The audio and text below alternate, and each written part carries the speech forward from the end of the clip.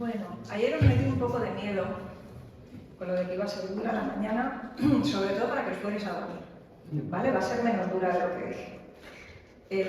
Espero que hayáis descansado, que tengáis ánimo y fuerzas para todas las cosas que vamos a estar haciendo. Y le pedí a Pau que os anticipara sobre esto de que no os agobiéis tomando apuntes y haciendo fotos de las diapositivas y todo esto. Porque si no, ya sabéis, la atención de las personas tiende a dispersarse y entonces al final pues estamos pendientes de la foto, pendientes de no me da tiempo y entonces os perdéis lo esencial, yo me lo perdería también, ¿vale? Entonces, mi sugerencia es que os relajéis, básicamente, ¿vale? Que sobre todo estéis en una actitud abierta a poder, ir conectando los conceptos, porque sabéis que normalmente cuando nos acercamos a la palabra solemos hacerlo de dos maneras distintas. Una, o tomamos un texto y lo exprimimos, ¿no? Y vemos qué es lo que podemos sacar del texto, o en otras ocasiones lo que hacemos es que estudiamos un tema desde la perspectiva bíblica. Y esto es lo que vamos a hacer en esta ocasión, ¿vale? Esta aproximación a la mayordomía que vamos a tener esta mañana, a lo largo de esta tarde y mañana también, es una de múltiples aproximaciones a la mayordomía, porque ese tema, por raro que nos parezca, atraviesa como un hilo conductor toda la Escritura, desde el principio hasta el final. El encargo que recibe el ser humano, allá por Génesis 2, es el de fructificar, multiplicarse y gobernar la tierra. Mayordomía. Y terminaremos delante del trono, presentando en el día de Jesucristo todo aquello que el Señor nos ha permitido desarrollar. ¿Veis lo de la atención que se dispersa? Es un ejemplo, no está compinchado conmigo, pero nos sirve, ¿vale? Entonces, veis que es un tema que va a estar atravesando todos y cada uno de los textos bíblicos realmente. Si lo buscáis, lo encontráis.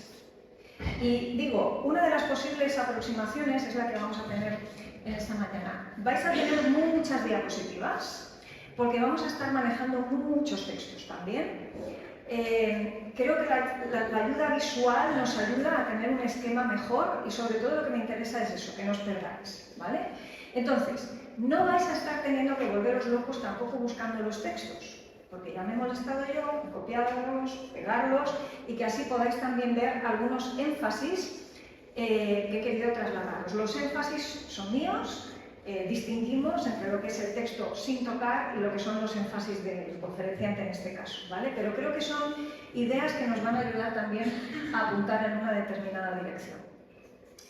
Como psicóloga, me resulta muy difícil leer la Biblia sin conectarlo con lo que sé acerca del comportamiento humano. Y cuando leo psicología, me resulta muy difícil no conectarlo con lo que sé que la Biblia dice acerca de la emoción, el pensamiento, la conducta y nuestras relaciones, que al final es el comportamiento humano, es de lo que estamos hablando. Es de lo que habla la psicología, es lo que estudia. A pesar de que en su momento la psicología pretendía el estudio del alma, y eso es lo que significa la palabra, hace muchas décadas que eso no es así. De hecho, la psicología se desmarcó, cuando se empezó a convertir en una disciplina más científica, se desmarcó del estudio del alma porque entendía que el alma pertenecía a otro espacio, que era el campo más religioso, teológico, y entonces por eso se desmarque. Pero sin embargo, nosotros sabemos que el Señor habla acerca del pensamiento, de emociones, de conducta y de relaciones. Así que no es que nos vamos a inventar la rueda, ni mucho menos, es que vamos a encontrar muchos de los tesoros que tenemos ahí precisamente escondidos en las Escrituras. Así que en esta mañana nos vamos a dedicar a los dos primeros y veis que pongo pensamiento, emociones, emociones, pensamiento y lo hago por una razón muy concreta. Es que no se sabe quién fue primero, si el huevo o la gallina. No se sabe si porque empezamos pensando sentimos de una determinada manera o porque sentimos de una determinada forma terminamos pensando de otra. Lo que sí que está claro es que hay una interrelación y la Biblia nos muestra también esa interrelación y lo vamos a estar viendo y desarrollando a lo largo de este tiempo. ¿Cómo nos vamos a organizar? para que sepáis un poco también a qué ateneros, en el mejor sentido, no es una amenaza, ¿vale? Es algo que creo que nos va a ayudar. Una de las cosas que me gustaría que hiciéramos es, en una pequeña introducción, pero que me parece súper importante, por eso me voy a detener un poquito más, necesito que apuntemos muy bien hacia dónde quiero que nuestra atención vaya dirigida, ¿vale? Ahora vais a entender perfectamente por qué. Vamos a estar haciendo el énfasis en los grupos, sobre todo en la tarde, pero sí que al final de la exposición de esta mañana, por lo cual yo la voy a cortar, vais a tener un ratito para estar en grupos de 4 o 5 personas, van a ser grupos pequeñitos para que todos podáis participar, porque me parece fundamental que todos... gracias. Me parece fundamental que todos podáis participar, por eso hacemos los grupos más pequeños, pero gracias. La idea de lo que quiero que hagamos tiene que ver con lo siguiente. Me gustaría que fuerais enfocando la atención, y para eso sí que vais a usar los papelitos que os han repartido, porque veis que para cada una de las conferencias tenéis un espacio para escribir. No vais a poder escribir todo lo que viene en las diapositivas, ¿vale? Pero sí que me gustaría deciros desde ya de qué vais a hablar en los grupos, para que cuando captéis lo que luego querréis compartir en vuestro grupo, pues si queréis, os lo anotéis, ¿vale? Entonces, ¿qué es lo que vamos a hacer en el grupo pequeño? Lo primero, me gustaría que cada uno de vosotros pudiera compartir en el grupo pequeño que toque una idea de las muchas que yo voy a estar exponiendo esta mañana acerca de pensamiento y emociones a los pies de Cristo, una idea que os llame la atención. Yo esta diapositiva la voy a poner después en pantalla, ¿vale? Así que no os lo vais locos. Es una idea que vais a contar a vuestro grupo y de 0 a 10, ¿cuánto pensáis que puede transformar vuestra vida en cuanto a pensar diferente y también en cuanto a sentir diferente? ¿Vale? El esquema es sencillo. Una idea que vamos a contar, porque además lo que no contemos no sabemos si lo sabemos. ¿Se entiende esto? Uno no puede estar seguro de que ha entendido algo hasta que no lo cuenta. Por eso quiero que todos participéis. Una idea que vamos a explicar en el grupo y cuánto creo de 0 a 10 que esto va a ayudar a que mi pensamiento cambie y cuánto va a ayudar a que mis emociones cambien. Esa es la idea de lo que luego vamos a estar haciendo. ¿Veis que es sencillito? No hace falta tener un máster. Hay cada uno, no hay respuestas correctas e incorrectas, además, ¿vale? O sea, que más fácil no se puede poner. Luego, por la tarde, como vamos a estar desarrollando cómo conecta esto con el ámbito de la conducta, sí que vamos a profundizar un poquito más, ¿vale? Pero, de momento, lo que quiero es asegurarme que esto que vamos a plantear esta mañana queda muy claro. Y lo primero que quiero hacer en esa introducción, como os decía, es poner buenos cimientos. Cuando uno se quiere hacer un buen ático, tiene que asegurarse de que los cimientos están bien, ¿verdad? Si no, aquello no dura, se tambaleará el edificio, tiene pocas garantías de durar y es un poco lo que puede pasar aquí también. ¿Por qué digo esto? Mirad, nos vamos a plantear un texto de partida. Lo he escogido en una versión que os habla hoy. Aquí está incompleto, ahora lo vais a ver completo. Pero necesitamos básicamente cambiar nuestra manera de pensar para conocer cuál es la voluntad de Dios. Una de las obsesiones que tenemos muchas veces como cristianos es saber cuál es la voluntad de Dios para nosotros. Pero eso no va a pasar si no ajustamos nuestra manera de ver el mundo, de percibir las cosas, de pensar acerca de ellas, de sentir acerca de ellas, a la línea de lo que Dios quiere que hagamos con esto. Con lo cual, cuando vemos el texto completo, ¿os acordáis ese texto de Romanos que habla de la transformación, de la renovación de nuestro entendimiento? Dice, no viváis ya según los criterios del tiempo presente. Al contrario, dice, cambiad vuestra manera de pensar para que cambie vuestra manera de vivir. ¿Hay psicología aquí o no hay psicología? Igual un poco, ¿no? Y que así lleguéis a conocer la voluntad de Dios, es decir, lo que es bueno, lo que le es grato, lo que es perfecto. Y qué buena esta traducción, me encanta el énfasis, porque muchas veces cuando leemos ese texto en Reina Valera de 60, que nos encanta, a mí me sigue gustando y es la que suelo usar de referencia, aunque uso otras también, cuando nos habla de la buena voluntad de Dios, agradable y perfecta, decimos, ¿no? Porque hay ocasiones en las que no nos resulta tan agradable, no nos resulta tan perfecta, no nos resulta tan buena, es que no nos lo tiene que resultar a nosotros. Es la que le es buena, agradable y perfecta a Él. ¿Veis cómo hay que cambiar el enfoque? Hay que pensar distinto, y esta versión Dios habla hoy. Lo que es bueno, lo que le es grato, lo que le es perfecto, lo que es perfecto, nos da un poco ese apunte. Ahora, no vamos a cambiar nuestra manera de vivir si no cambiamos nuestra manera de pensar. ¿Por qué? Porque la cabra tira al monte. Esto lo dice el refrán en español, se entiende perfectamente, cada cual somos cabra y tiramos a nuestro monte particular. Y sin embargo el Señor nos indica una y otra vez que tenemos que redirigir nuestros ojos hacia donde Él está para vivir una vida que es distinta, una vida que es plena, una vida que le es agradable, que es perfecta, que es buena también para nosotros, aunque muchas veces no lo sepamos. Desde este texto nos vamos a estar desarrollando y moviendo hacia tres ideas clave. Ese cambio en la forma de pensar que lleva a una manera distinta de vivir, y ese comprobar la voluntad de Dios es algo en lo que mañana nos vamos a detener un poco más, pero ya os adelanto lo siguiente. El verbo comprobar aparece muchas veces, tanto en el Antiguo Testamento como en el Nuevo Testamento. Aparece en este texto de Romanos, mañana lo veremos desde un texto de Efesios, y a mí siempre me recuerda a un texto de Malaquías. Es la única vez en la que Dios, de una manera súper, ultra directa, le dice al pueblo, justamente en un tiempo en el que están hablando me habéis tratado mal cuando yo os he tratado bien, yo os he amado y vosotros a mí no, me habéis robado, y el pueblo con una chulería impresionante le dice, ¿en qué nos has amado? ¿En qué te hemos dejado nosotros de lado? ¿En qué no te hemos presentado lo que te teníamos que presentar? Y hay un momento ahí en el que Dios les dice, ponedme a prueba en esto. Es decir, comprobad, traed las ofrendas que hay que traer, haced lo que tenéis que hacer, comportaos como es digno del pueblo de Dios, y comprobad si no abriré las compuertas de los cielos para derramar bendición sobre vosotros. Esto es lo que queremos ver. Queremos ver esa buena, agradable y perfecta voluntad de Dios para nosotros, pero eso tiene un precio.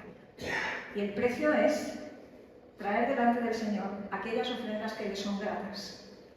Un pensamiento a los pies de Cristo, una emoción sujeta al Espíritu, una conducta que le honre y que sea conforme al llamamiento con el que hemos sido llamados, unas relaciones entre nosotros que muestren que somos hijos de Dios por la manera en la que nos amamos. ¿Se ven las conexiones? Esto es mayordomía. Así que es lo que vamos a estar haciendo, vamos a estar viendo cómo es un concepto recurrente, vuelve una y otra vez, una y otra vez. Algunas cosas que suelen pasar con el ser humano son las siguientes, y voy a ir muy rápido en estas primeras diapositivas, sobre todo porque, como digo, son introducciones. Quiero que estemos muy bien alineados desde el principio. Todo el mundo quiere cambios, pero quiere los cambios que quiere. Parece un trabalenguas.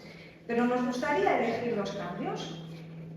Y la realidad es que cuando vienen situaciones que no nos encajan, que no nos gustan, que no nos agradan, nuestra manera de pensar suele ser empezar a tener dudas acerca de Dios, nos empezamos a sentir mal acerca de muchas cosas, esas emociones cuentan cosas, luego las estaremos analizando, nuestra conducta va asociada y alineada a cómo estamos pensando y cómo estamos sintiendo, y ¿no os pasa a vosotros también que cuando estáis, voy a decirlo así de manera un poco llana, con el cuerno torcido, todos los demás al final lo notan también?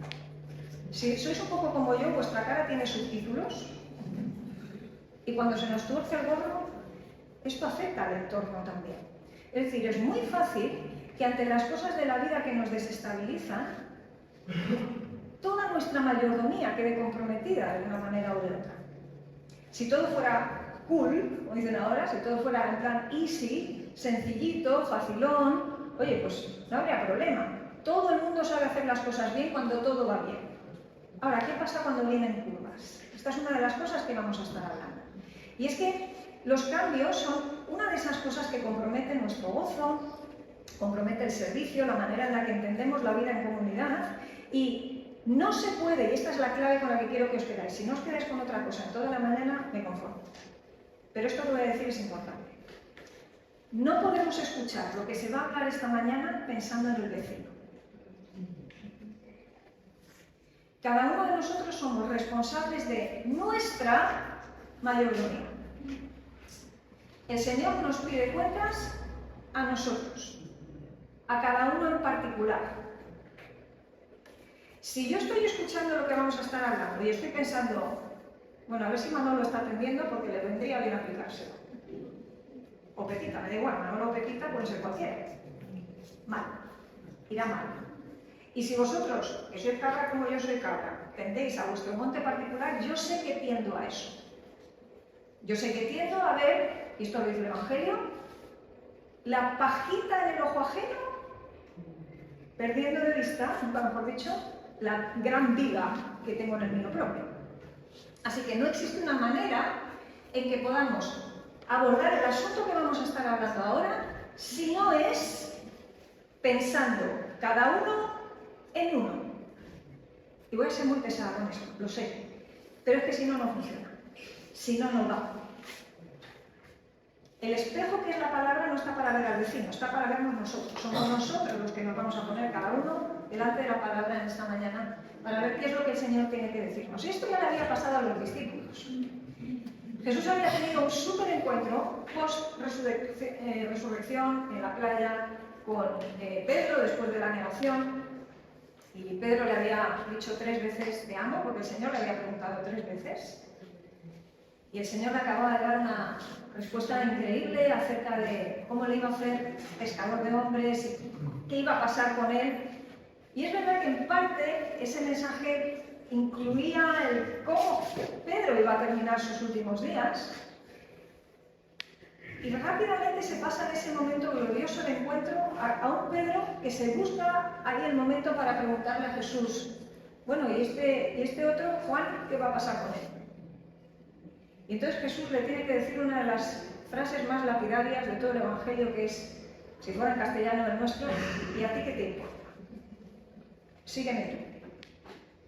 ¿Y qué a ti? Eso es lo que significa la frase. Una manera de decir, esto no es tu tema. Esto no es tu asunto. Lo que hace Manolito o lo que hace Juanita no es tu tema. Lo tuyo es conmigo y lo mío es contigo. Y el resto, con el resto ya trataré yo. Estamos en ese punto. Estamos en esa perspectiva. En el, ¿a ti qué? Sígueme tú.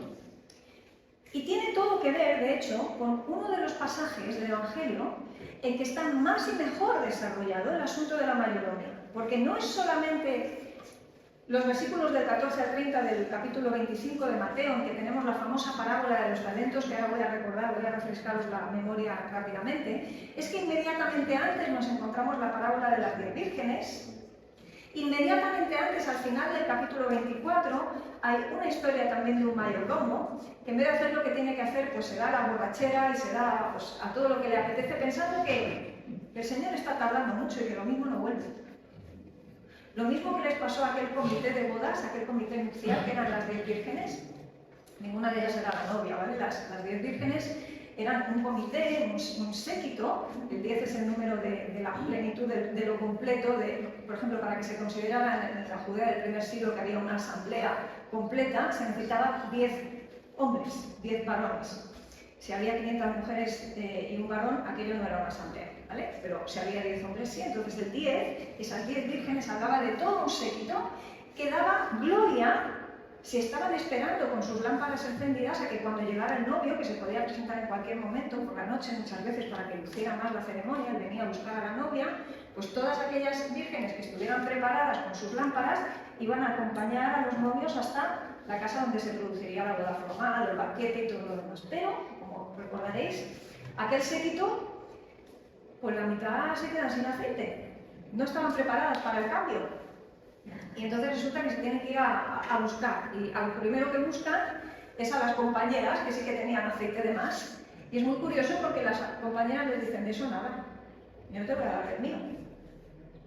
Y alguien puede decir, qué egoísta, ¿no? Pues la parábola más bien la sensata.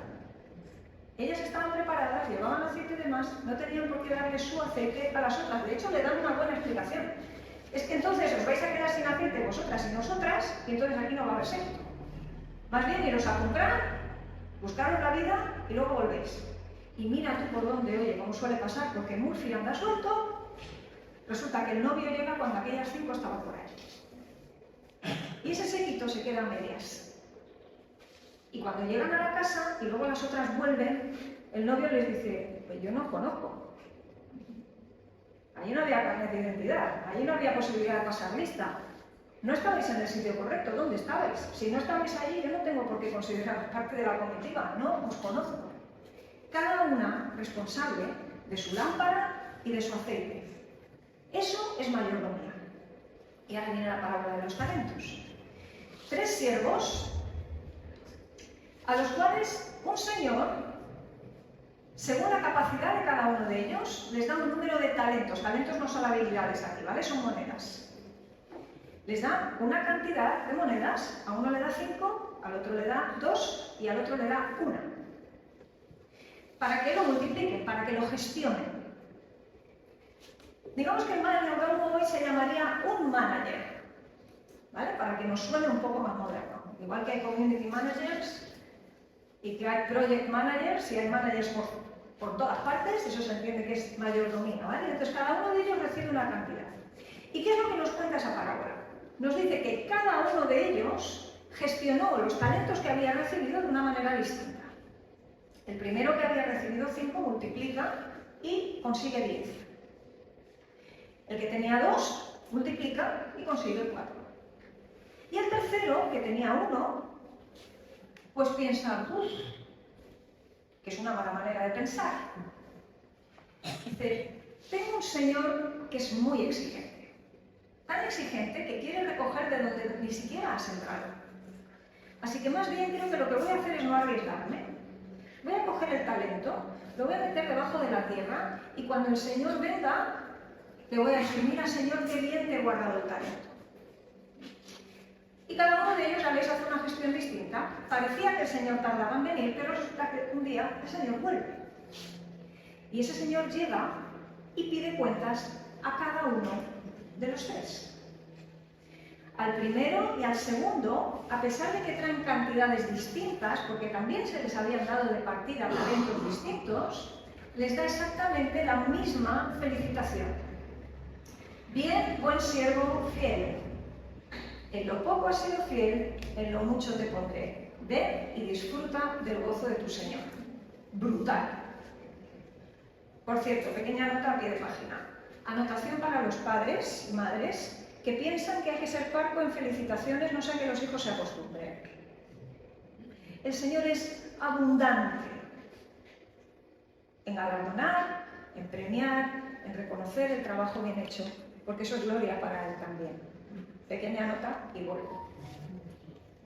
Pero llega el tercero. Y resulta que el tercero, ¿qué sucede con él? Pues sucede que le plantea al Señor la excusa que había pensado. Y le cae la del pulpo. Al pulpo. Porque le echa una bronca importante, le dice, mal siervo, lo poco que tienes se te va a quitar, se te va a dar a quienes lo gestionan mejor que tú. Porque de hecho, ¿qué menos que te hubieras llevado el talento al banco? Porque así por lo menos me lo traerías con intereses. Es decir, en la mayordomía no valen excusas para dejar sin mover lo que el Señor nos ha dado. Y alguien puede decir, si yo no tengo nada, tienes pensamiento, tienes emociones, tienes conducta, tienes relaciones, tienes mucho que gestionar.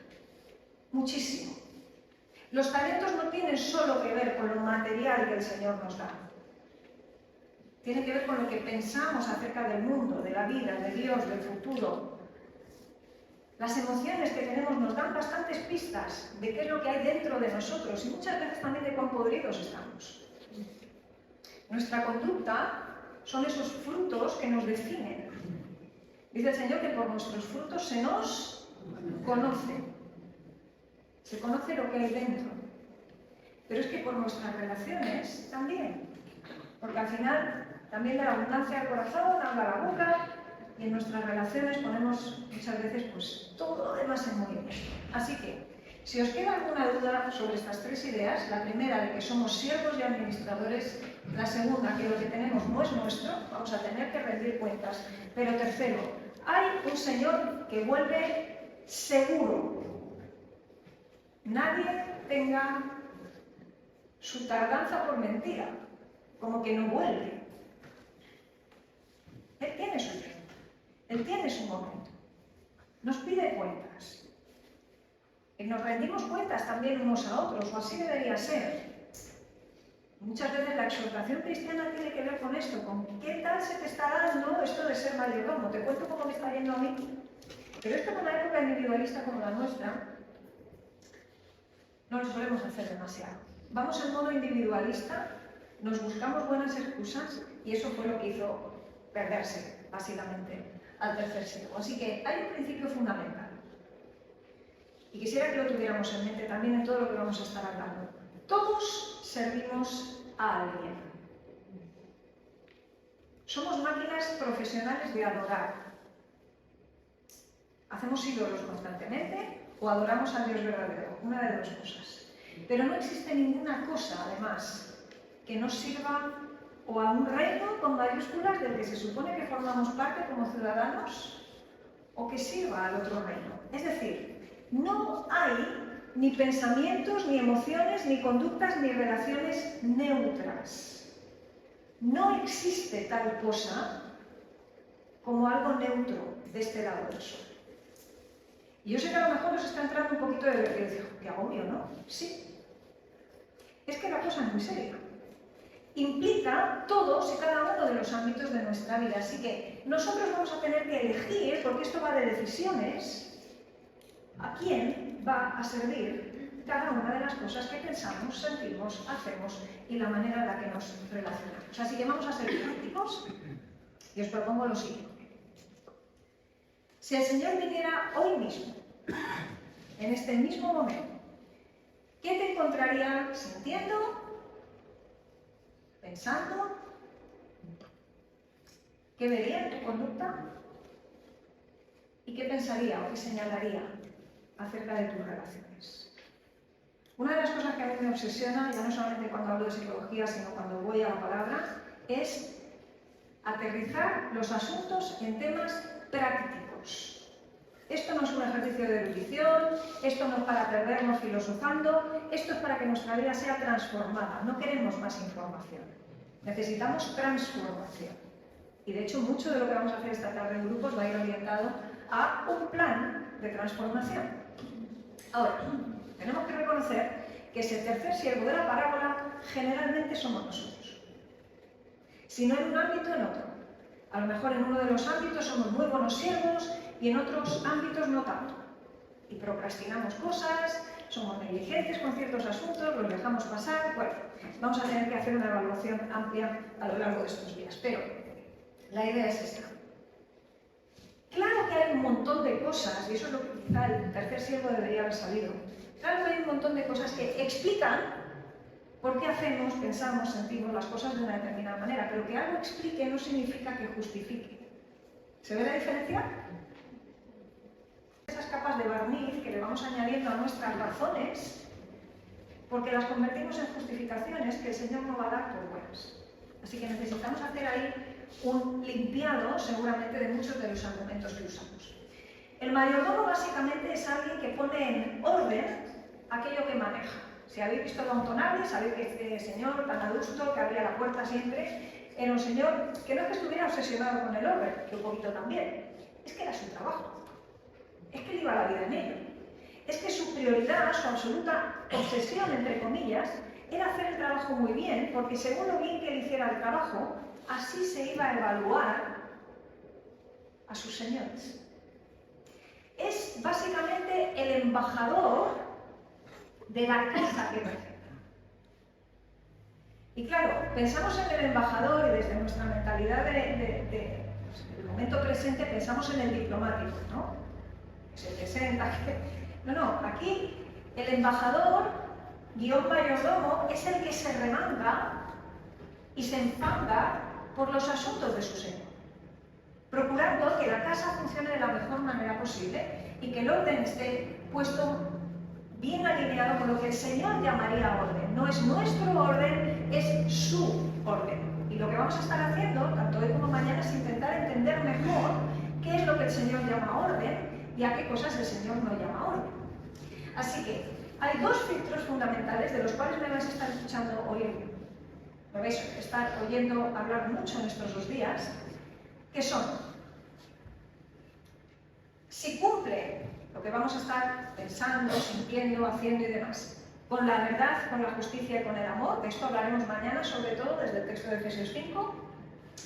Es ese texto en el que se nos llama especialmente a ser imitadores de Dios como hijos de luz, como hijos amados, imitando a Cristo, el amor que se sacrificó por cada uno de nosotros. Y es ese texto también el que dice al final del versículo 10, cuando lo vemos mañana lo veréis y lo recordaréis, para que comprobemos lo que agrada al Señor. Otra vez la palabra comprobar.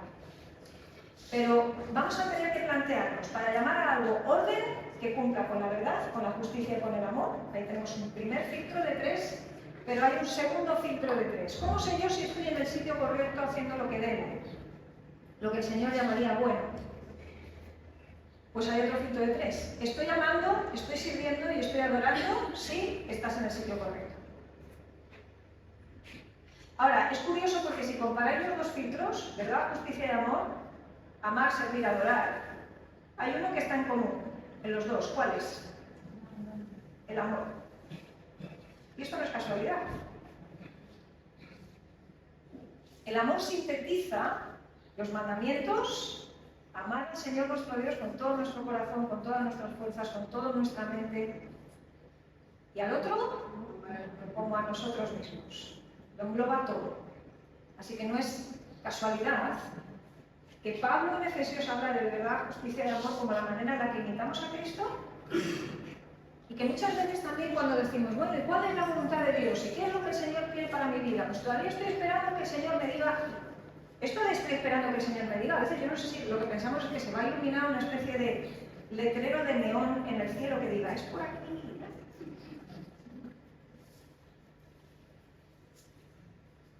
Fijaros que incluso en momentos en los que se presentan las cosas tan claras como se le presentó a Pablo lo del varón macedonio, que decía ven a ayudarnos, cuando luego fue para allá no había ningún varón macedonio, había un grupo de mujeres al lado de un río. O sea, quiero decir, a veces lo que pensamos que es súper claro, y sin embargo, ¿cuál es la voluntad de Dios seguro para nosotros? Lo que pasa es que decimos, ya, pero dame algo más. No, la voluntad del Señor para nosotros es que estemos amando, que estemos sirviendo y que estemos adorando. Que lo hagamos formando parte del reino de Dios en su poder y para su gloria. O entendemos eso o nunca vamos a encontrar propósito de vida. Nunca vamos a alinear nuestros pensamientos, nuestras emociones, nuestra conducta ni nuestras relaciones con lo que el Señor quiere para nosotros. Eso es lo que el Señor llama orden. El resto pues muchas veces puede ser libros de autoayuda. No, pero es que yo quiero que el Señor me diga exactamente si me compro el coche azul o si me compro el negro. Vale, ¿te va a servir el azul para amar mejor, servir mejor y adorar mejor? Ah, no, mejor el negro porque con el azul me voy a flipar un poquito más. Si fuera rojo todo el mundo lo entendería. ¿Sabéis que la gente a veces compra los coches como una extensión a su personalidad, ¿no? Oye, si te va a servir el rojo para fardar más, no te lo compres rojo, cómpratelo negro o gris. No digo que te compres el coche más feo que haya, pero te va a ayudar a amar mejor, a servir mejor, a adorar mejor. Esto es una pregunta que el Señor nos hace a todos los niveles. Qué exagerado, ¿verdad? Bueno, una cosita que me planteo. Así que, si estamos por ahí, no nos equivocamos. Dicho de otra forma, ¿a quién estás sirviendo? Con lo que sientes en este momento, con lo que piensas. Y uno puede decir, no, yo sirvo al Señor. Y yo creo que si somos muy honestos nos tenemos que preguntar, ¿siempre? ¿Seguro? Bueno, por la mañana temprano más. Vale, a las 8 de la tarde, ¿qué tal vas? Cuando ya te ha cargado el día de un montón de historias, se te han complicado las cosas, se te ha torcido la situación. ¿Cómo está trayendo gloria al Señor la manera en la que pienso, siento, etcétera? Y, sobre todo, vamos a verlo mucho esta tarde, la cosa no va solo de hacer. Porque de hecho sabemos positivamente, y el Señor nos lo recuerda, que a veces podemos hacer buenas cosas por malas razones. ¿Os acordáis de aquel momento en el que, hablaremos esta tarde, muchos vienen y le dicen al Señor, oye, en tu nombre hicimos esto y esto y lo otro y lo otro y lo otro y lo otro? Y les dice lo que se les dijo a las vírgenes, perdona, ¿quiénes sois vosotros? No os conozco. Hay gente que vive como si formara parte del camino estrecho, pero nunca han pasado por la puerta estrecha, que es Jesús. De hecho, casualidades, el capítulo 25, en el que hemos mencionado las 10 vírgenes, parábola de los talentos, termina hablando de cómo los creyentes estamos llamados al final de los tiempos a gobernar el mundo junto con el Señor. Y ahí cuando el Señor diferencie y ponga a un lado los que lo hicieron bien y a otro lado los que no tanto, a algunos les va a decir, oye, le diste de comer a esta persona, le diste de beber a esta persona, le diste abrigo a esta persona, ¿sabes qué? Me lo hiciste a mí. Dicho de otra manera, mientras amabas y servías, era mía quien adorabas. Pero a otros, sin embargo, pudiendo hacer lo que deberían haber hecho, no lo hacen. Vuelve a aparecer ese asunto de la negligencia, ese asunto de quien podría pero no quiso, o quien podría pero no pudo, bueno, que yo no sabía, ya no tenemos esa excusa.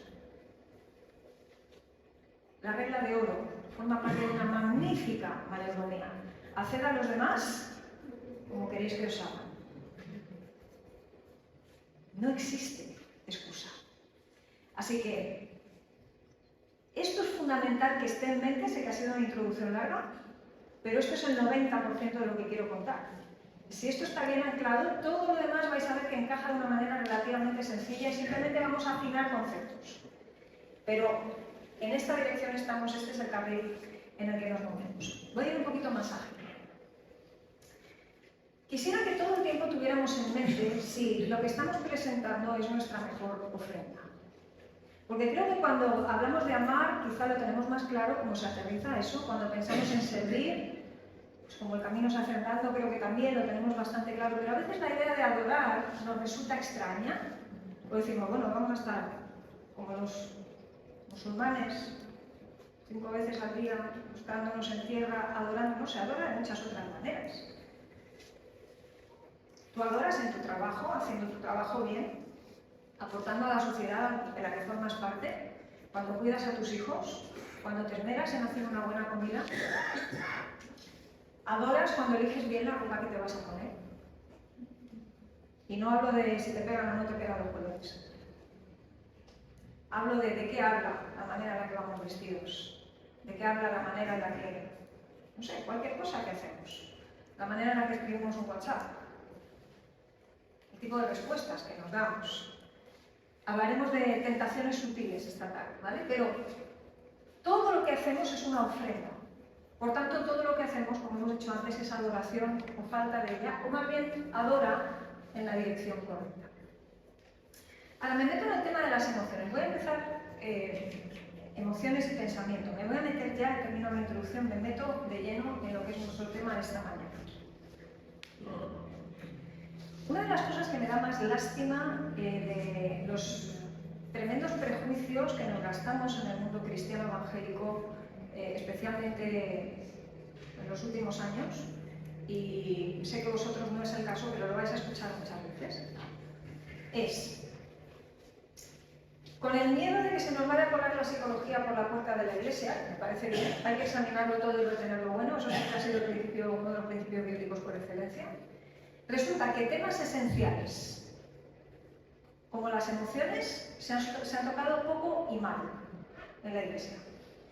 Se ha reducido casi exclusivamente a este texto, no, porque el corazón de las personas es engañoso. Entonces, como es engañoso, mejor no lo tocamos. Eso suena demasiado al tercer siervo de la parábola. Uy, esto es muy difícil, el talento mejor debajo de la tierra. El Señor me ha dado un abanico emocional, pero mira que a ver si lo vamos a usar mal, ¿eh? Y me vais a disculpar. Amo la palabra profundamente. profundamente. Amo al Señor en primer lugar.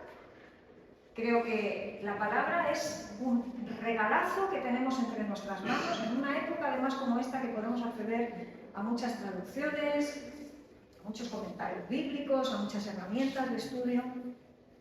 Pero a lo largo de la historia se han hecho barbaridades con la Biblia en la mano. Así que nadie me venga, por favor, a decir que no, las emociones mejor no las vamos a tocar, no sea que hagamos alguna barbaridad, o la psicología no vayamos a considerarla ni mínimamente, no sea que hagamos alguna barbaridad, porque barbaridades se hacen hasta con la Biblia. Y todos hemos tenido que escuchar alguna vez en nuestra vida bestialidades desde un púlpito. Examinarlo todo y retener lo bueno es lo que hacen los buenos mayordomos.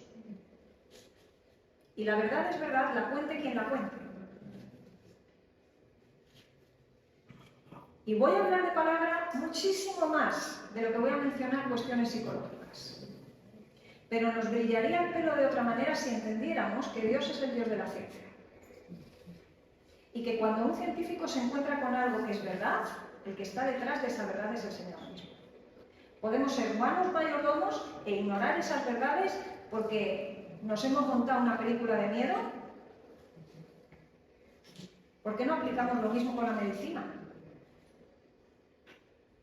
Cuando tenemos que hacer una reforma en casa, vamos a un arquitecto, a un aparejador, y decimos, no, yo por fe. Yo por fe. No sea que se nos vaya a colar la arquitectura en la iglesia. ¿No? Porque no tiene ningún sentido, ¿verdad? Y entonces, lo que digo es, ¿por qué razón nos quedamos en la superficie de los textos para coger textos sueltos y decir cosas que el texto no dice? Cuando este texto de Jeremías dice que el corazón de las personas es engañoso, perdonadme, lo leemos desde nuestra cultura occidentalizada que piensa que el corazón son las emociones. Eso es producto de las redes sociales, eso es producto, o sea, la ciencia no respalda eso, ni siquiera la ciencia respalda eso, pero es que la Biblia no respalda eso. El corazón incluye nuestros deseos, nuestras inclinaciones, nuestras pasiones, nuestras emociones, nuestro pensamiento. El corazón es lo que somos. Y mirad, a veces, de las pocas cosas que nos dan pistas de lo podridos que estamos por dentro son las emociones. ¿Qué pasa? Que luego lo pasamos por el filtro del pensamiento, nos montamos un peliculón para autoconvencernos y decimos, ya está, ya voy. Pongo un ejemplo. Acabas de ascender a tu amigo o tu amiga, que era amiga hasta que eran ascendidos, en el trabajo, ¿vale? Y entonces te das cuenta de que te sangra la envidia por todas partes. Pero tú dices, no, esto no es envidia. Esto no es envidia porque es que, claro, yo llevo muchos años en la empresa, entonces yo la quiero mucho, ¿eh? Yo la quiero mucho y además se lo merece. Pero tú estás, o sea, perdona, la bilis te sale por las orejas. Y lo que te está haciendo el ardor de estómago es esa mezcla entre rabia, enfado, tristeza, rechazo y lo de los subtítulos ahí se ve clarísimo. ¿Y quién te está dando la pista de la podredumbre que hay dentro? ¿No son las emociones precisamente? ¿No es el dolor de estómago que sientes? Mira que si resulta que hemos desatendido esa parte sistemáticamente cuando el Señor Jesús hace un repaso emocional por el abanico de sentimientos absolutamente espectacular, eso sí, sin pecado. Es que a lo mejor se trata de eso la mayordomía. Igual se trata de ver cómo en imitación a Cristo vivimos lo que el Señor nos permite vivir, pero sin pecado. ¿Qué modelo tenemos en Cristo? ¿Se ve por dónde voy? Así que, lo del corazón perverso, que es verdad, aplica a todos los ámbitos de nuestra vida, significa que vamos a tener que ser muy cuidadosos también con el autoengaño, lo que por ejemplo Pablo llama sabidurías humanas. Falsas doctrinas, de las cuales acerca de temas psicológicos hay muchas circulando, por cierto, que no responden a la verdad científica. Y la ciencia no manda, pero la verdad de Dios sí.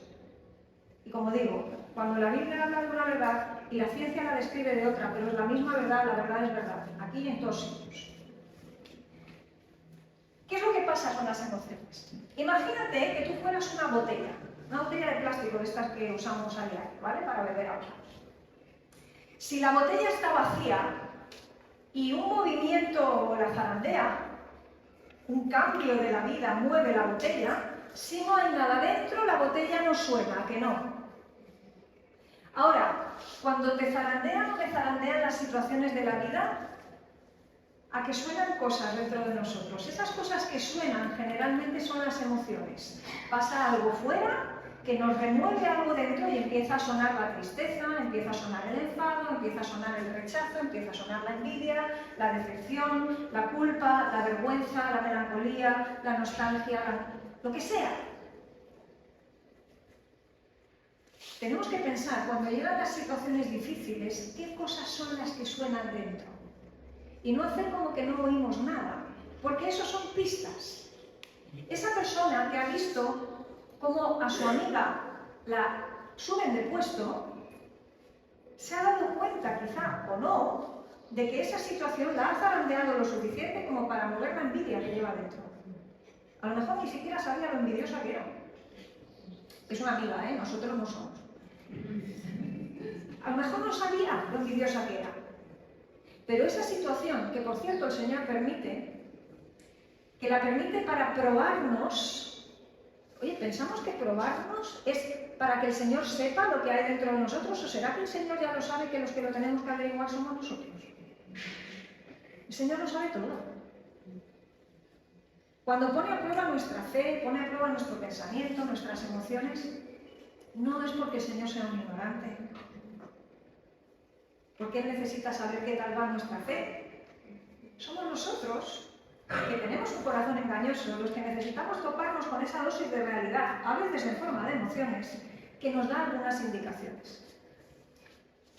¿Qué suena en ti cuando la situación te zarandea? Todos tenemos, digamos, una especie de emoción comodín, que suelo llamar, ¿vale? Hay personas que tienden más a percibir tristeza, hay personas que tienden más a la ansiedad, al miedo, hay personas que tienden más al enfado. Yo tiendo más al enfado, soy bastante temperamental, me muerdo la lengua con frecuencia, no se me ha caído todavía, pero es posible todavía, pasa. Sé que cuando el indio que llevo dentro quiere salir, tiene muchas posibilidades de salir en forma de golpes y imágenes. El Señor hace un trabajo duro. Pero hay otras personas que se rompen por otras emociones. ¿Qué es lo que suena cuando pasan cosas? Porque sobre esa emoción vamos a tener que tener un especial cuidado, vamos a tener que atender para saber qué es lo que hay que hacer con ellas. Lo que vamos a hacer a la hora de pensar cómo manejar nuestras emociones como mayordomos que lo hacen bien, lo vamos a plantear de la siguiente manera. En primer lugar, hemos hablado del principio de examinarlo todo y retener lo bueno. 1 Tesalonicenses 5:21. Es un texto de referencia vital aquí, ¿vale? ¿Por qué? Porque lo que quiero trasladaros es la idea de que las emociones son un regalo. Hasta la caída, todas las emociones que había eran emociones positivas. Lo que había en el jardín del Edén era deleite. Todo lo que había era bueno o muy bueno, demarcado por Dios, claramente. Él hace el examen y dice, bueno o muy bueno, check, check, check, check. Ahora llega Génesis 3, la cosa se estrocia y a partir de ese momento empiezan a aparecer emociones negativas, vergüenza, miedo y culpa. De ahí las famosas hojas de parra y todo lo demás. Entonces, a partir de ese momento, el abanico de emociones en el ser humano se multiplica. ¿Por qué? Entre otras cosas porque vivir en un mundo caído tiene muchas complicaciones. Y os digo una cosa, gloria a Dios por el miedo en un mundo peligroso, ¿eh? ¿No os gustaría a veces que vuestros hijos tuvieran un poquito más de miedo? ¿Alguna? Yo sí, soy madre de 2 adolescentes. Entonces, me gustaría. Las tristezas nos indican cosas que nos gustaría que cambiaran. El enfado nos habla de injusticias que nos gustaría que fueran distintas. Y así sucesivamente, cada emoción lanza un mensaje distinto. Son como esas luces que salen en el salpicadero del coche y que nos cuentan cosas que le están pasando al coche y que tendríamos a lo mejor que atender. Son un regalo. Si son un regalo, lo que tendré que hacer es un buen uso de ese regalo, mirar con qué me puedo quedar y con qué no me puedo quedar. Pero eso es un trabajo de buen siervo, no de mal siervo. En segundo lugar, ¿a quién se sujetan y a quién sirven esas emociones? ¿Hacia qué reino están amando, sirviendo y adorando?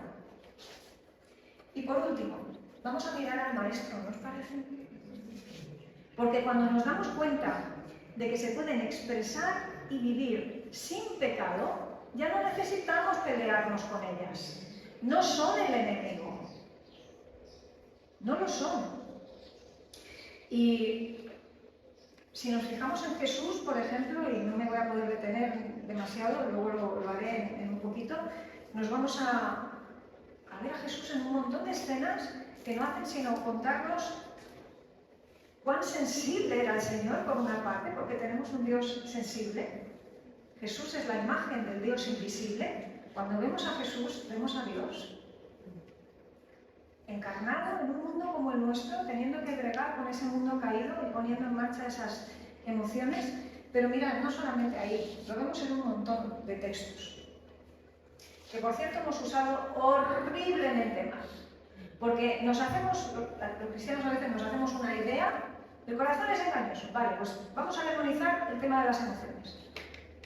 Entonces ahí aparecen las grandes frases de tanatorio. Por ejemplo, ¿nunca os ha pasado que vais a un tanatorio a acompañar a la familia de alguien, un hermano que ha fallecido?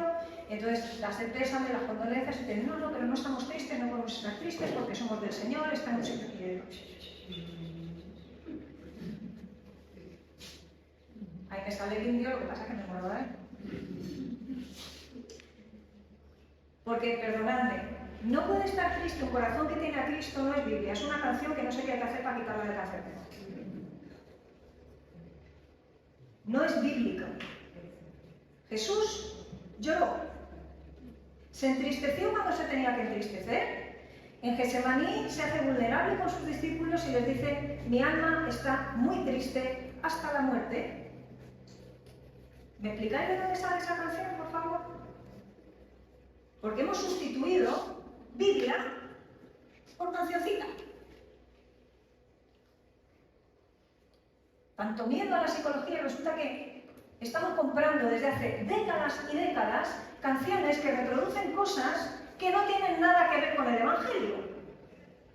No es bíblico.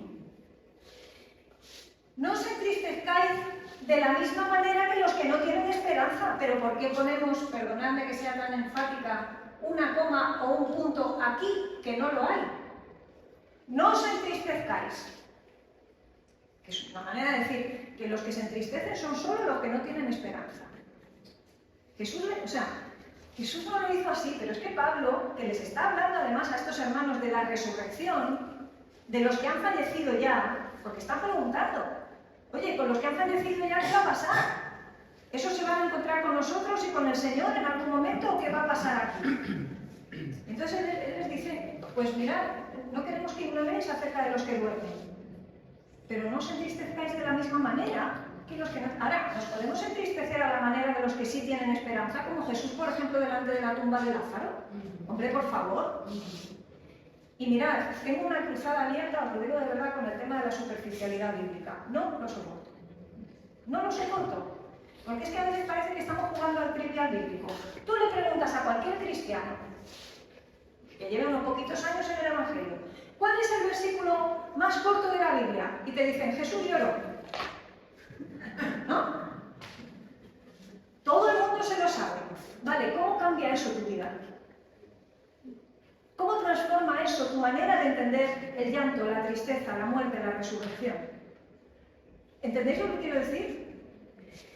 Solo hay que ponerse a mirar en el texto bíblico para darse cuenta de que está empapado de emociones por todas partes. Y me vais a disculpar, voy a meter el dedo en el ojo un poquito más. A lo mejor no me quitáis más, ¿vale? Pero esto es importante. Otra de las, entre comillas, entiéndase la ironía, benditas verdades que nos tenemos que aguantar, especialmente las mujeres, son que el tema de las emociones son un asuntillo de mujeres. En esas Biblias no viene Sansón, no viene David, no viene Moisés, no viene Elías, no viene Jeremías, no viene nadie. No viene nadie. Las emociones son cosa de chicas. Los hombres no lloran.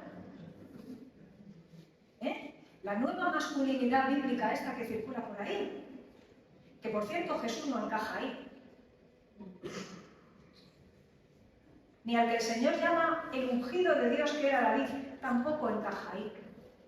Igual no lo tendríamos que hacer mirar. De nuevo, aceptamos pulpo como animal de compañía. No es Biblia. Y yo estoy procurando, y si me estoy equivocando me retractaré. No tengo problema en entablar un diálogo con quien sea necesario. Si alguien me lo demuestra bíblicamente, me pliego. No tengo problema.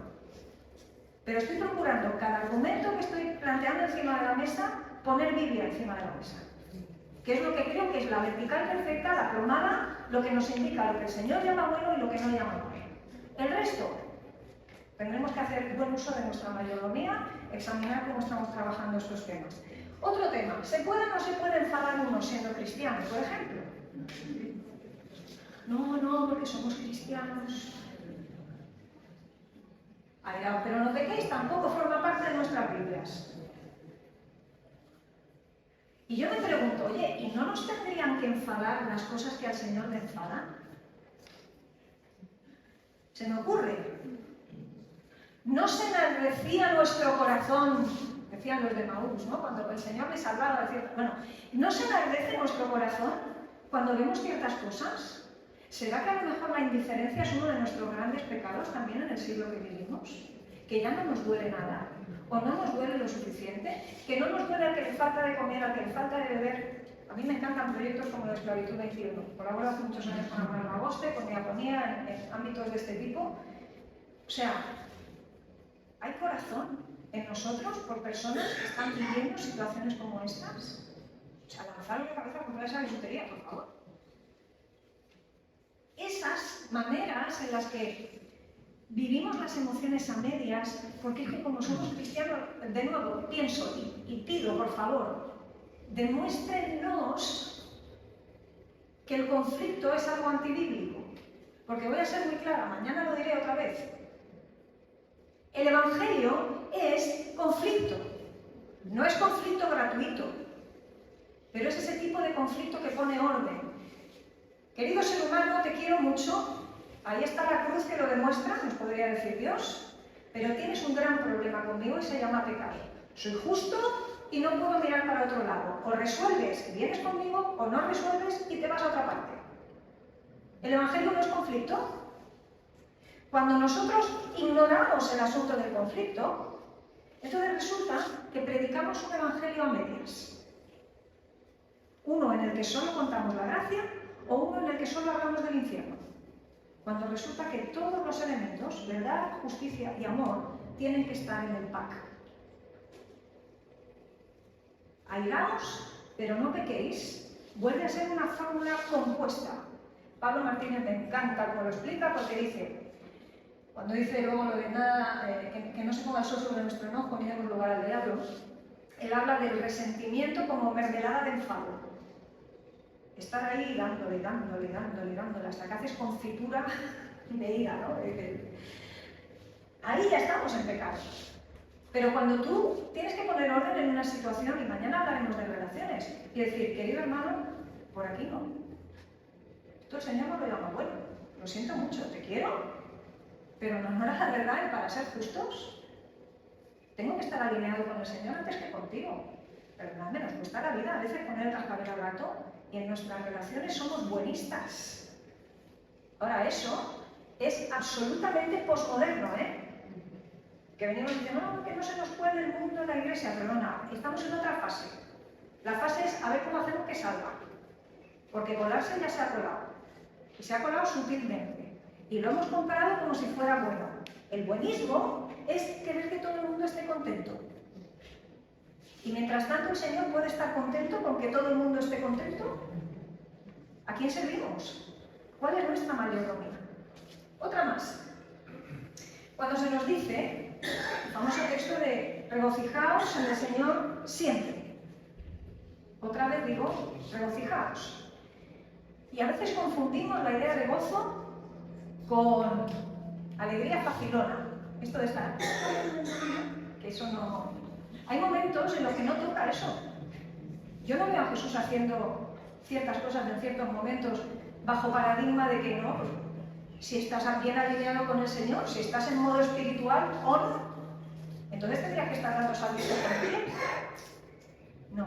Y sin embargo, este texto que lo escribe Pablo en Filipenses, lo recuerdo, en una cárcel, como mínimo bajo arresto domiciliario. O sea, ¿cómo es posible, perdonadme la expresión, que un tipo que está metido en la cárcel escriba esto?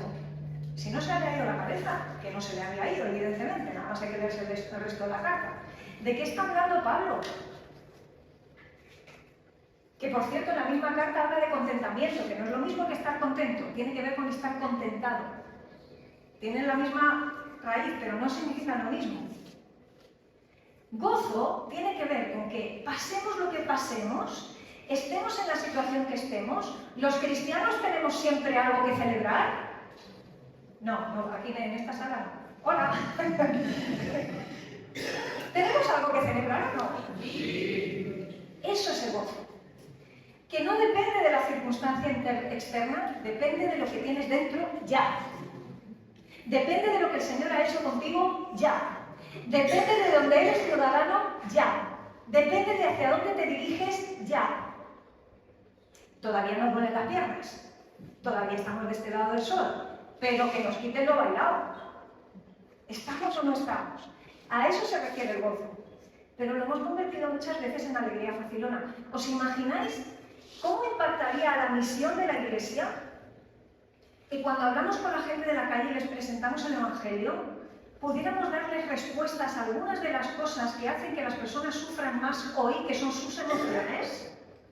¿Por qué pensamos que está la gente podrida en temas de salud mental? ¿Qué es una depresión sino una tristeza a la que se te ha ido ya de las manos? O la ansiedad, un miedo que se te ha ido de las manos, entre otras cosas.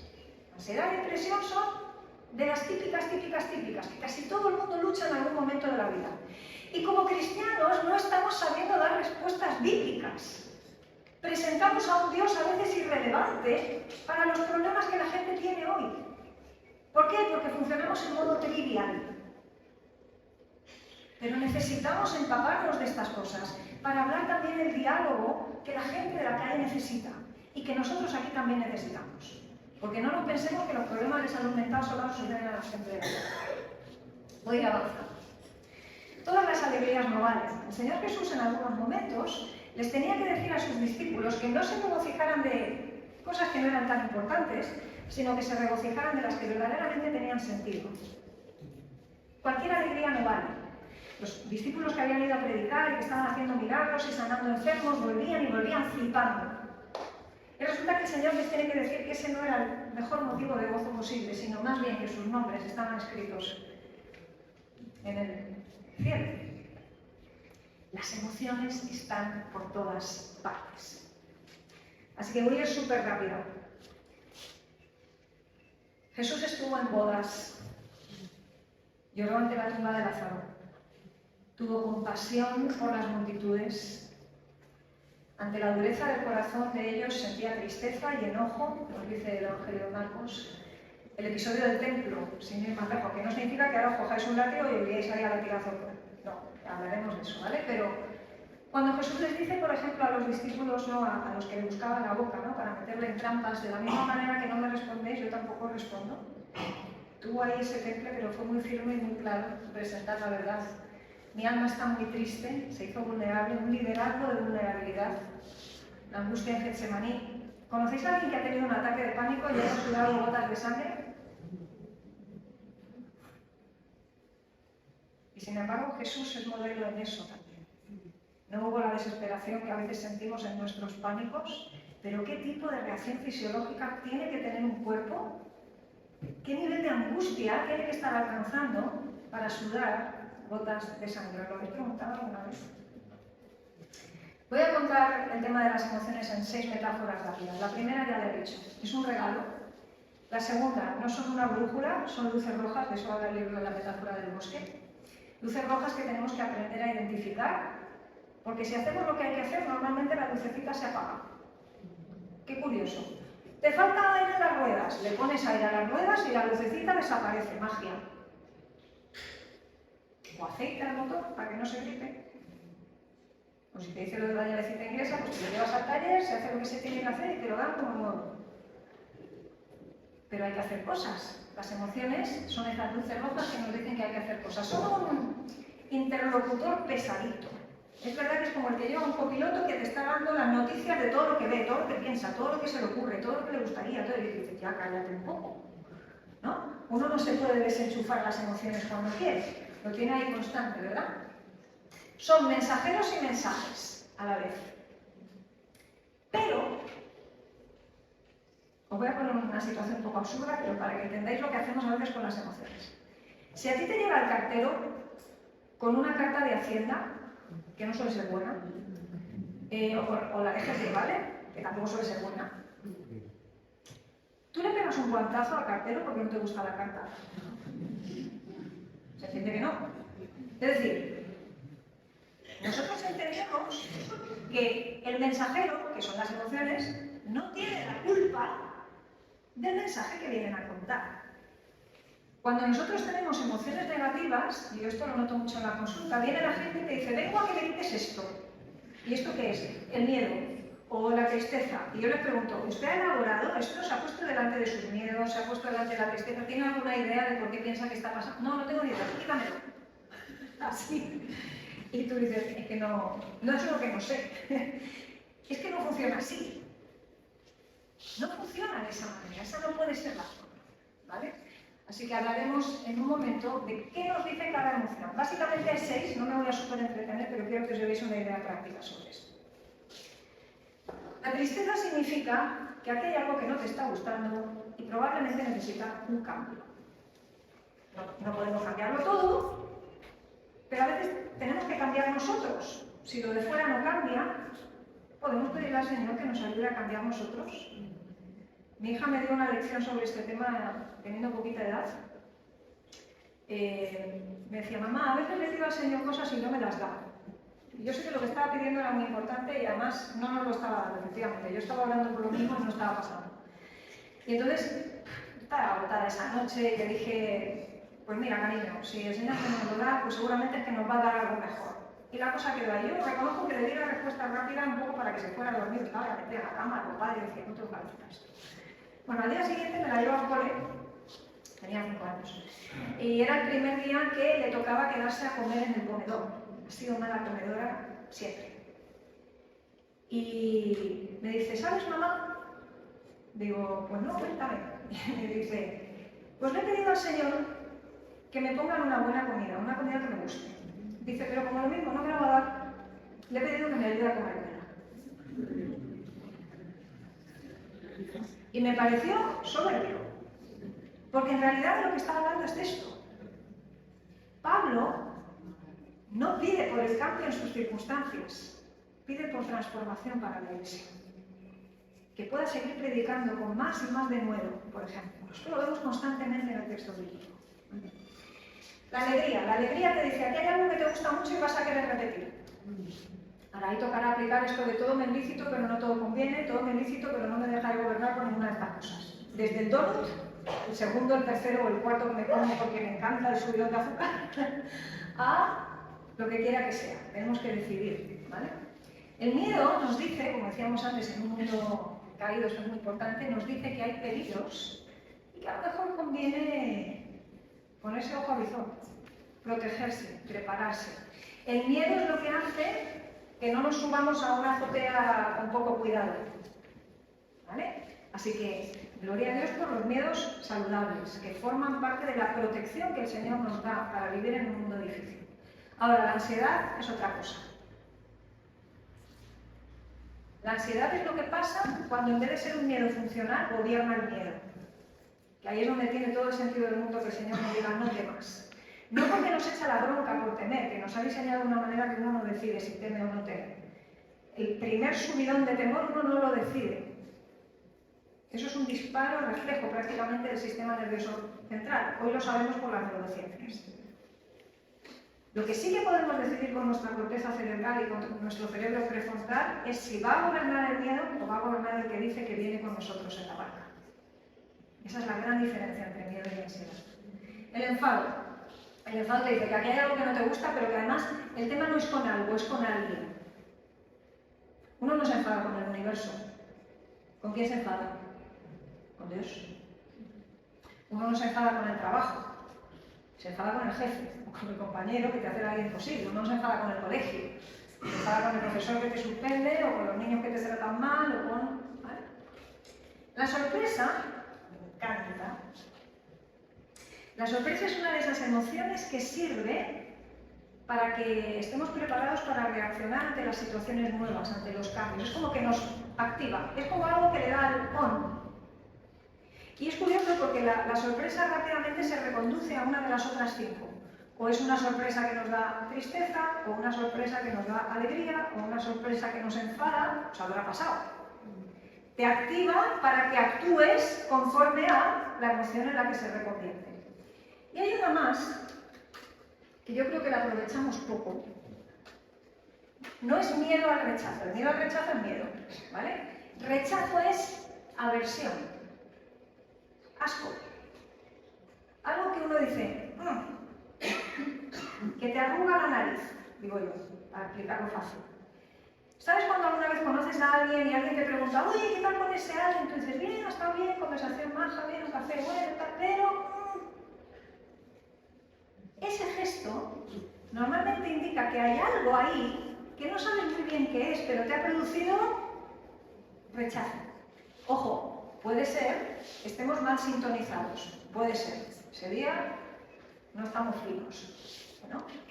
Pero esa punzada en el estómago, esa arruga de nariz, lo que te dice es sigue observando. Prudencia. Esta persona a la que acabas de conocer, no le cuentes tantas cosas. No sabes qué uso va a hacer. ¿No os ha pasado alguna vez que estáis hablando con alguien y la otra persona solo oye, pero no cuenta nada? ¿No se os arruga la nariz? A Jesús, me atrevo a decir, en bastantes ocasiones, entre comillas, se le arrugaba la nariz cuando algunos venían a buscarle con trampas y él, sabiendo lo que pensaban, sabiendo lo que había en sus corazones, decía, no, por aquí no voy. De la misma manera que no me respondéis, yo tampoco os respondo. Esa reacción no de asco, ¿no? De cierto reparo, de prudencia, ahí también están funcionando las emociones. Si no ponemos en movimiento estas cosas, somos como muebles. El Señor no nos ha hecho muebles. La cuestión es, ¿lo estamos usando bien, mal o regular? ¿Las estamos usando para amar mejor, servir mejor y adorar mejor? Esta es la gran cuestión. ¿Cómo las estamos cocinando? Otra metáfora. Porque al final hay un montón de ingredientes ahí en medio y ¿cómo podemos cocinar este guiso? Desde el amor, desde la verdad, desde la justicia, pero no ignorando esos ingredientes. Y ya por último, esto tiene que ver con pistas. Pistas. Si estoy notando tristeza, ¿qué pista me da esto? Si estoy notando enfado, ¿qué pista me da esto? Las emociones no son todo a lo que tengo que atender, pero sí que son una parte interesante que no debería ignorar. Así que quiero dejaros con esa idea, con esa hoja de ruta, porque nos ayuda a recibirlas con gratitud, como regalo que son, nos ayuda a analizar como luces rojas por qué aparecen, por qué suceden, nos ayuda a comprender el mensaje, saber qué significan cada una de esas 6 emociones básicas, nos ayuda a poder entender por qué suena la botella, ante qué estoy reaccionando de fuera y por qué estoy reaccionando así desde dentro, quizá porque pienso de determinada manera acerca de ciertas cosas. Voy a ver qué ingredientes tiene este guiso mío y con esas pistas voy a ver si resuelvo el misterio de qué hago con ello. Creo que las metáforas nos ayudan a entender mejor algunas cosas. Echo en falta a veces que los psicólogos seamos más claros cuando explicamos los asuntos que tienen que ver con la mente, que son difíciles, pero yo quisiera que en estos 2 días al menos algunas de estas pistas nos puedan ayudar.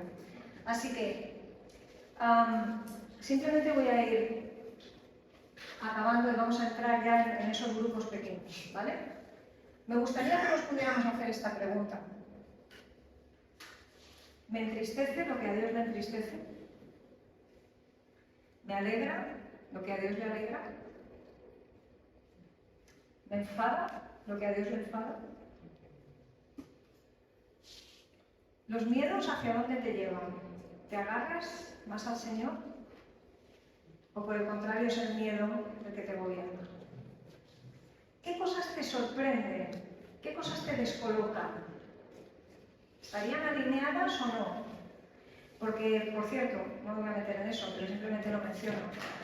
Algunas de las epístolas nos dicen que hay cosas de las que no deberíamos sorprendernos.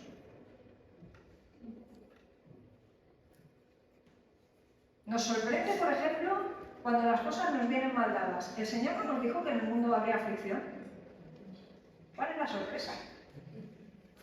Por ejemplo, ¿no será que a veces nos sorprenden cosas que no están alineadas con la información que el Señor ya nos ha dado? ¿Rechazas lo que Dios rechaza? Bueno, pequeñas ideas. ¿Cómo me gustaría que termináramos este ratito?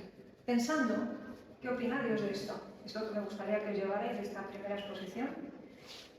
Pero antes de entrar esta tarde en mayordomía de nuestra conducta, os recuerdo qué es lo que vamos a hacer ahora en grupos pequeños. ¿Vale? Nos vamos a reunir en grupos de 4 o 5 personas para que todos podamos participar. Entonces, lo que os pedí al principio era que pensarais en una idea de las que hemos mencionado aquí que os haya llamado la atención especialmente. Es decir, a lo mejor diréis, si tengo 3, bueno, pues si tienes 3 y te da tiempo, cuéntalas, pero al menos una para que participéis todos, ¿vale?